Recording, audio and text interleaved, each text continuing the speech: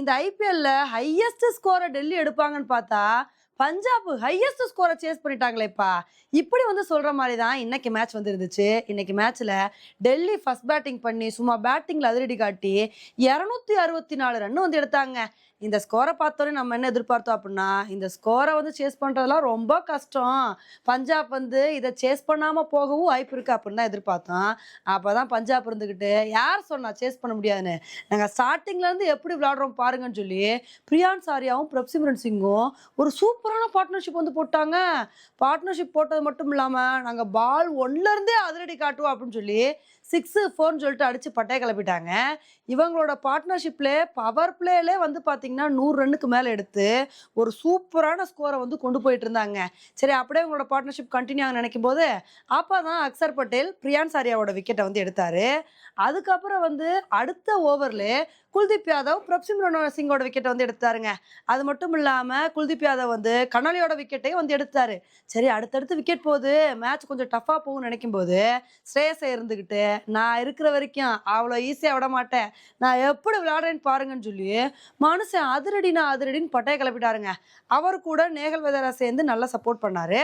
சரி, இவங்க 2 பேரோட பார்ட்னர்ஷிப் கண்டினியூ ஆக நினைக்கும் போது விப்ராஜ் நிகம் வந்து நேகல் வெதராவோட விக்கெட்டை வந்து எடுத்தாருங்க. ஸ்ரேயஸை இருந்துகிட்டு யார் வேணா அவுட்டாங்க போங்க, நான் இன்னும் மேட்சுக்கு முடிச்சு கொடுத்துட்டு தான் போவேன்னு சொல்லி ஹாஃப் செஞ்சுரி அடிச்சு அசத்தினாரு.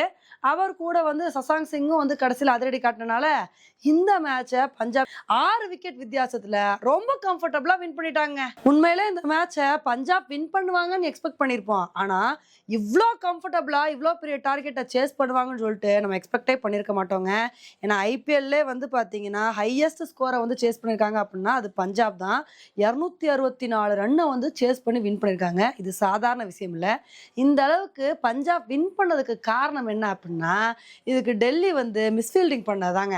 ஏன்னா ஸ்ரேயஸ் ஐயரோட கேட்சை, அழகான கேட்சை, லட்டு மாதிரி கேட்சை ஒரு தடவை இல்லை 2 தடவை மிஸ் பண்ணிட்டாங்க. சும்மாவே அவர் அடி அடின்னு அடிப்பார். வாய்ப்பு கொடுக்கும்போது கேட்சை மிஸ் பண்ணால் சும்மா விடுவாரா? அதுக்கப்புறம் இதுதான் எனக்கு சான்ஸ்ன்னு சொல்லி மனுஷன் வேற லெவல் இன்னிங்ஸை கொடுத்து இந்த மேட்சை வந்து முடிச்சு விட்டாரு. இப்போ அவங்க டெல்லி 264 ரன் எடுத்தோம் இவ்வளோ பெரிய அடி வாங்குவாங்கன்னு சொல்லிட்டு அவங்க நினச்சி கூட பார்த்துருக்க மாட்டாங்க. இப்போ இந்த மேட்சை வின் பண்ணது மூலமாக பஞ்சாப் என்ன ப்ரூவ் பண்ணியிருக்காங்க அப்படின்னா, இந்த சீசனில் இது வரைக்கும் நாங்கள் ஒரு மேட்ச் கூட தோக்கலை, இதே மாதிரி தொடர் வெற்றியை தான் வந்து பதிவு பண்ணுவோம் அப்படின்னு சொல்லிட்டு கண்டினியூஸாக வின் பண்ணிட்டு இருக்காங்க. இனி பஞ்சாபை தோக்கடிக்கிறதுக்கு யார் வராங்க அப்படின்றத பொறுத்து வந்து பார்க்கலாம். ஓகே ஃப்ரெண்ட்ஸ், இந்த ஒரு மேட்சை பற்றி நீங்கள் என்ன நினைக்கிறீங்க அப்படின்றத என்னோட கமெண்ட் செக்ஷனில் போடுங்க. இதே மாதிரி இன்னொரு வீடியோவில் உங்களை வந்து மீட் பண்ணுறேன். Bye friends.